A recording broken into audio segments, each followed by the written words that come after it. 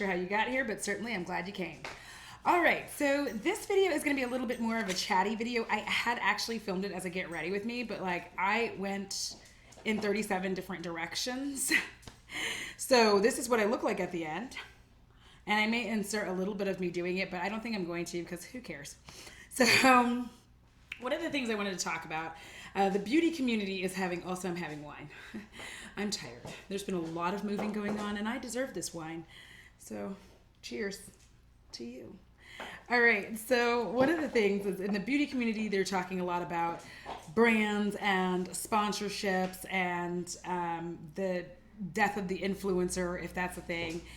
Smoky Glow talks about it, and so does Raw Beauty Christie. And in my little world, ours is more about subscription boxes. So I thought it'd be kind of cool if I shared with you my thoughts on subscription boxes and if this is really, is this the end? Is this the end of our love affair with subscription boxes? Are we finished? Are we done? Yay? Nay? So I thought I'd start by, and I kept notes, so I'm going to be looking at my notes so that I'm not like in 47 different places and hopefully staying on task. So the first thing I wanted to touch on is the beginning of subscription boxes. I've touched on this in another video, but I feel like it's important to kind of talk about this again because for me, and I don't know how many of you out there this was true for, but for me, the start of my subscription box addiction started with beauty boxes, right? Because if you are a woman of my age, I feel like that there was like a disconnect between us and makeup. I feel like there was just like this shift that happened where like all this stuff started happening on YouTube and I really wasn't doing YouTube. I was still like on Facebook. And so I was still on Facebook. I didn't know all this stuff was happening with beauty. And I felt very much like there was just this disconnect in between what I knew about makeup anymore and like what had changed, right? And beauty boxes really started to fill that spot for me and show me all this magical stuff. Like for instance, when I was younger, liquid eyeliner was like so difficult to use. It was, a lot of it was gunky. It was dry, cakey, shiny, crusty. It had all of these horrible characteristics. And even the ones that were good were like ridiculously expensive. So I would have never, like 16-year-old me would have not used a liquid liner. And yet, look at me now.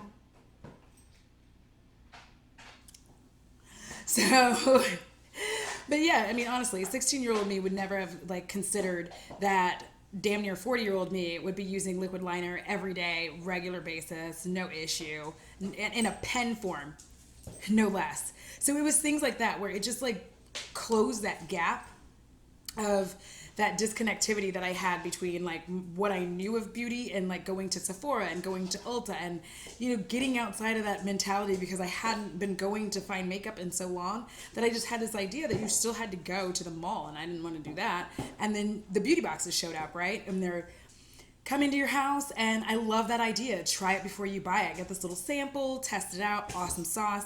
And then next for me came, you know, fashion boxes, which I absolutely loved because I was like, yes. And it wasn't super expensive. You know, it was a good, cool way for me to broaden my fashion horizon, see what was happening out there and see if I liked it for me rather than just buying it. Skillet, what are you doing? Sorry, I had to argue with my son. And then, you know, the fashion boxes came and my first fashion box was Stitch Fix. My first beauty box was Ipsy. And then, you know, these things were pretty awesome and they were just coming to my house and I was like, cool, I got to try things in styles that I hadn't gotten to try or had been too worried about or afraid of. Like skinny jeans, for instance, were something that I thought I was never going to wear because I was like, that looks so bad. And then now I wear them all the time.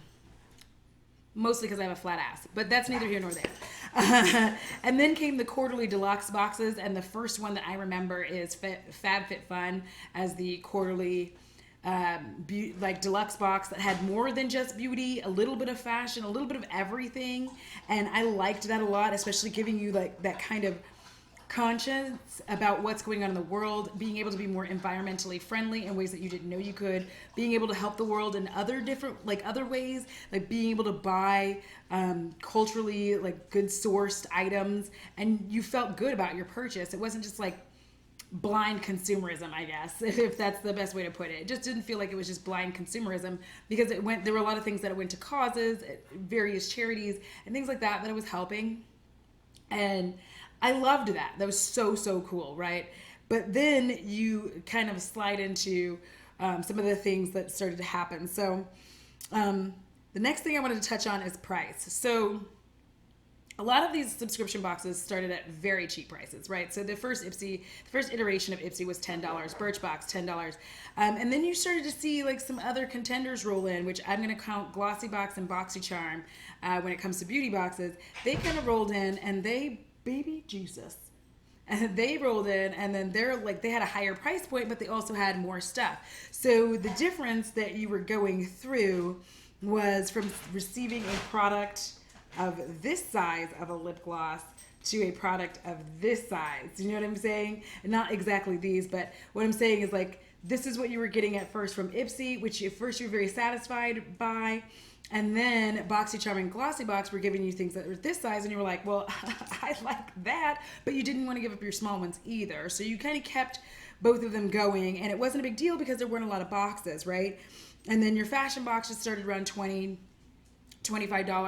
I obviously started with Stitch Fix, so it was $20, and it really wasn't like a huge deal to me. And I don't think I'd ever even got Trunk Club at that point in time. I don't think I started that until after I got divorced.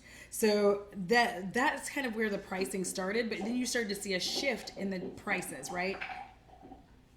And that brings me to my next subject, which is Subbox Mania. So the convenience of subscription boxes blew up, right?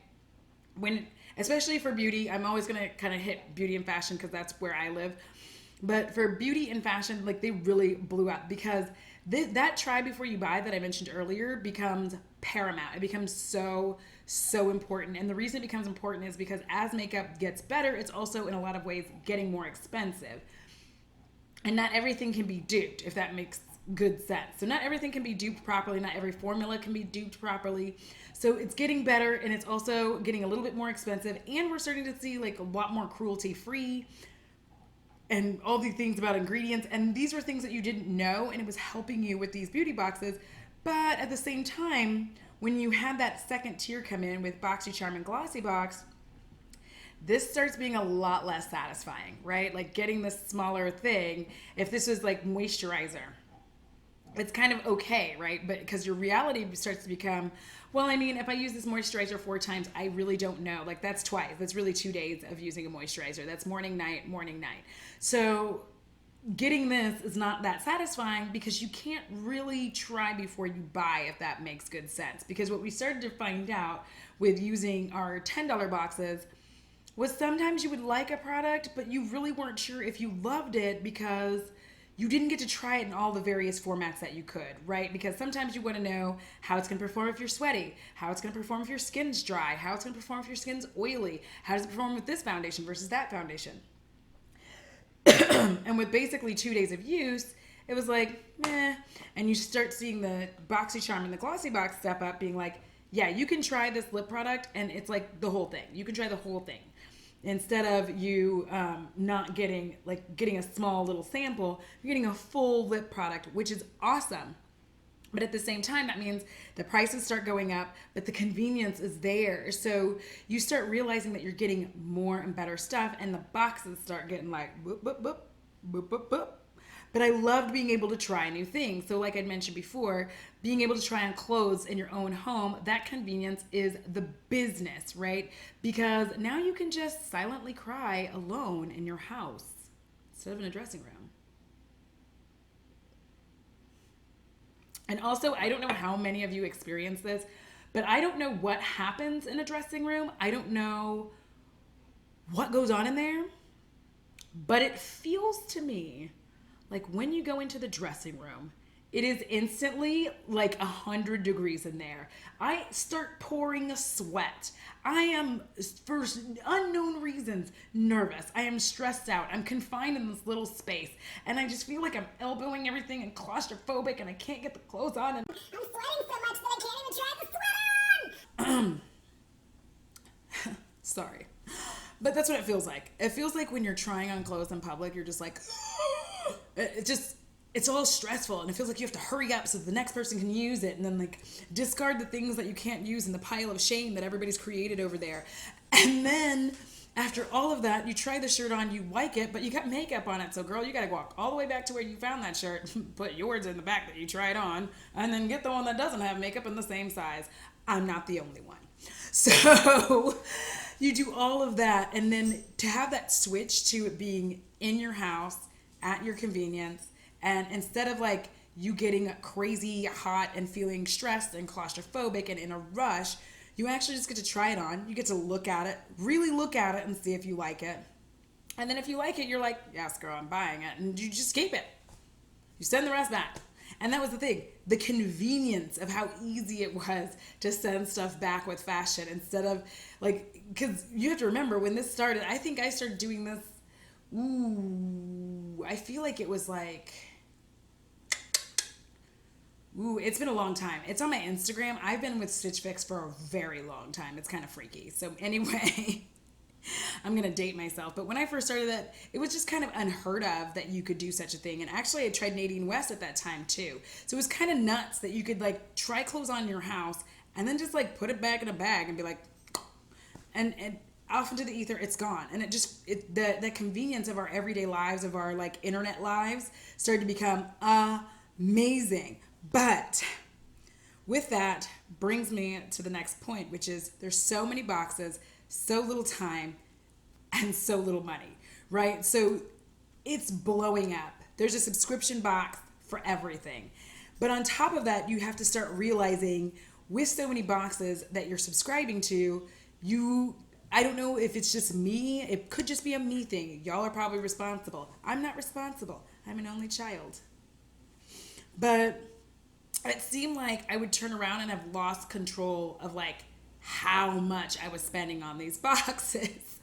And not even how much I was spending, but like return on investment. So for instance, with your Stitch Fix, if you even, before the Style Pass existed, if you even didn't like 4 of the boxes that they sent you, that's $80 that you lost. Because if you did not buy something, you didn't get the $20 back, and the $20 didn't roll over into something else, which is something I really thought that they should have done. Because like if you didn't like anything, then that means your stylist really didn't hit your points. So should just roll that $20 into neither here nor there. Or even like 10 of it. I always felt like they should have just rolled, like if you didn't purchase anything, they should have just rolled like $10 of it, just, you know.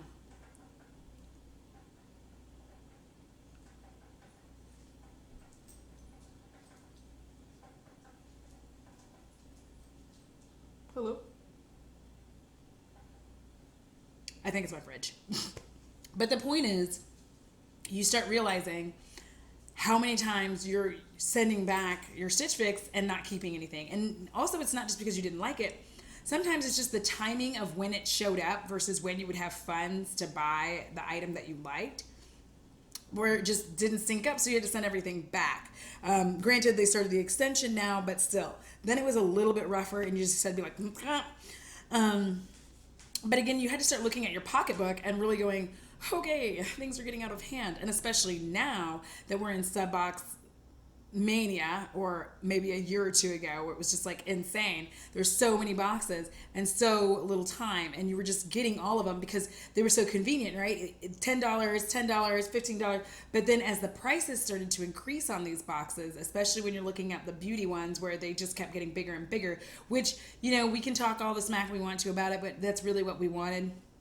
It's great for brands to be able to unload their older stock, and it's great for us to be able to get that stuff and not have spent like all the money on that thing. You know what I mean? Like you're getting a palette and like 5 other things, which if you went to Sephora, that would be like a $250 bill. But over here with your BoxyCharm, it's $50. Do you know what I mean? Over here with your Ipsy Glam Bag Ultimate, it's $50. So it's a nice little trade-off that you both get to win, right? They win, they unload their product that they need to get rid of, and you win because you get it. But the price of it going up is a little rough, because going from $10 to $25, and you're like, okay, all right, and then switching it to the $50. And the reason most of us went ahead and switched to that, and you guys let me know in the comments if this is why you switched, but I switched because I liked the idea of getting a lot more full size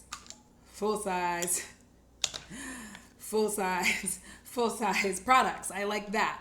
or whatever the deluxe, whatever they want to call it. But I like that better. And the reason I like it is because if I'm going to spend this kind of money, I want things that I can use. Because here's the reality. I'm probably not going to buy that stuff. I'm going to be honest. I'm probably never going to buy the majority of the stuff that they send me in those boxes because I am a cheap bitch.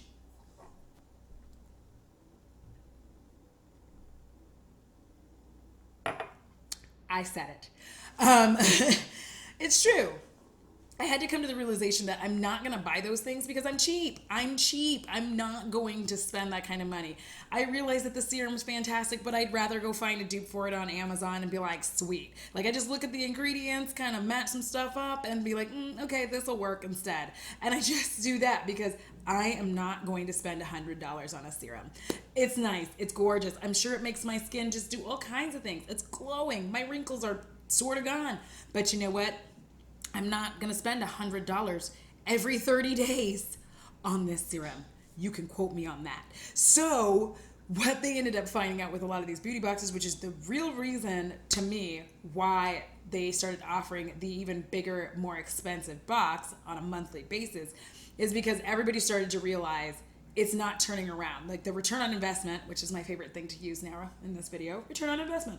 The return on the investment was not there anymore, right? Because once we started getting full-size products, we started being like, yeah, I'm not going to go buy this because we saw how much it was, right? So with your samples, you got to go into the store and be like, ooh, okay, well, it's like a treat for myself. So you didn't really stress yourself out about being like, well, I'm going to get this because like treat for me. And so you'd spend a little extra on a mascara that you normally wouldn't spend because you really liked the mini size. So you're like, well, this is my one monthly treat, right? But then when the boxes get more expensive and you start being like, well, I'm not going to treat myself anymore to that. And there's another one.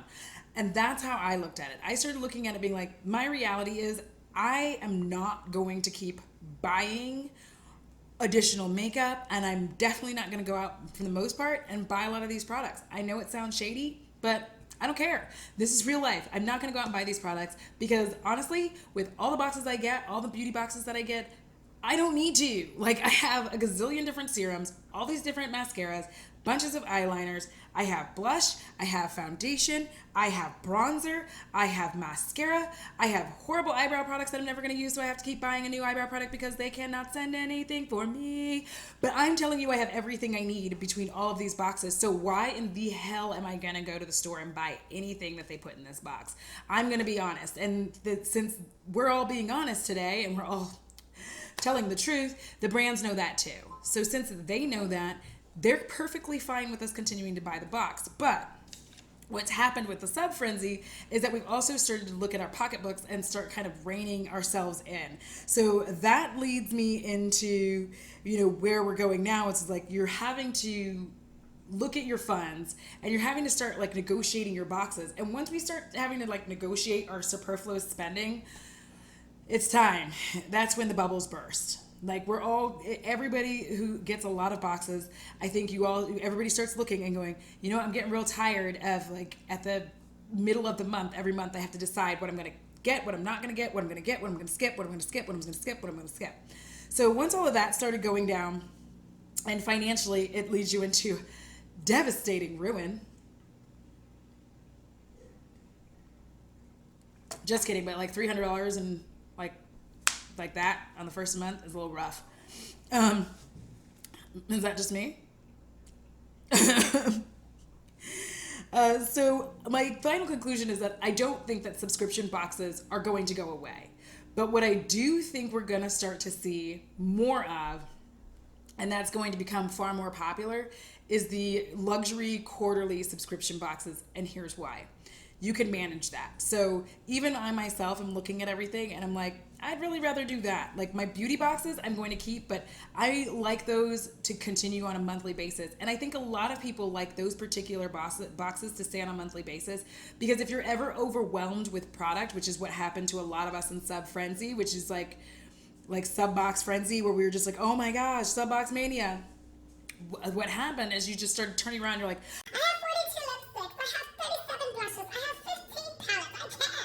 so when that started happening, we all start kind of backing up, right? And that's why I see in the future, we're all going to keep our beauty boxes on a monthly. And the reason we're going to keep them on monthly is because it's so much easier to skip a month when you feel like you have a lot of stuff. The moment you start to feel a little bit overwhelmed, you can skip the month and be like, I'm chill. You know, and at least like with at least 2 of them, be like, I'm just gonna like skip the month for these 2. I'll get this one, and then you have product that you can use, and you're good to go, and you're good for 30 days, and then you can reevaluate. But I think that quarterly boxes are going to be the biggest thing, and they're going to continue to get bigger and badder. And in fact, I think some beauty boxes may start going in that direction. I could be wrong, but the reason I say that is specifically for this reason. It is so much easier to manage if you decide you want any one of the quarterly boxes. So let's say Cosbox. If instead of you spending $80 every quarter, and instead you just go, yeah, I'm gonna just, you know, on this check, I'm just gonna spend, you know, $300 and get it for the year. You no longer have to manage it. Do you know what I mean? Not like you never have to manage it, but I mean for the rest of the year, for 12 months, you don't have to think about that coming out of your account ever again. It's so much easier on your pocketbook. It's easier on you. And you still get that gift to yourself that says, hey, you, I love you, girl. So I think that subscription boxes are going to change. I don't think they're going to go anywhere. I think that they're going to change. I think you're going to see a lot of people's content around subscription boxes changing because I'm trying to get healthier with how I spend money. And by that, I mean, I just like need to stop being like, I need it, and just buying things. And I don't know if that's how you guys feel, but I get like that sometimes. I think it's only child syndrome. Also, I'm a Taurus, and I like luxury. So anyhow, what did you guys think? Do you think that subscription boxes are changing? How did you start with your subscription boxes? I hope that this was kind of fun for you guys. I'm trying to have like some of these that kind of go over some of the topics of things that happen in our community, the subscription box community, the, you know, quick little fashion, like we're a little bit of everything here. And I think that, again, that you're going to see a lot. I have to throw in one more quick thing. I do also think that the niche boxes are going to start picking up because as you start sliding your funds from other places, those niche quarterly boxes are probably going to start being your friends. So if you're like way into sewing, or me, you like the show Supernatural a lot, you throw in a box right there, and like that's something nice for you to have. So I don't know. You guys let me know what you guys think about all of this. Maybe I'm just a crazy person. Who knows? I mean, I am, but that's neither here nor there. All right, guys, if you made it this far, thank you so much for watching. I truly appreciate each and every one of you, and I'm looking forward to seeing your thoughts and opinions below. Please go ahead and subscribe. Now's a great time to do so. We're always having fun on this channel. I love you guys. And if you would, hit that notifications bell when you do subscribe. Make sure you switch it from personalized into all, so that way you get all of the notifications for when I make a new video. All right, guys, thank you so much. Have a wonderful, wonderful day. And until next time, deuces!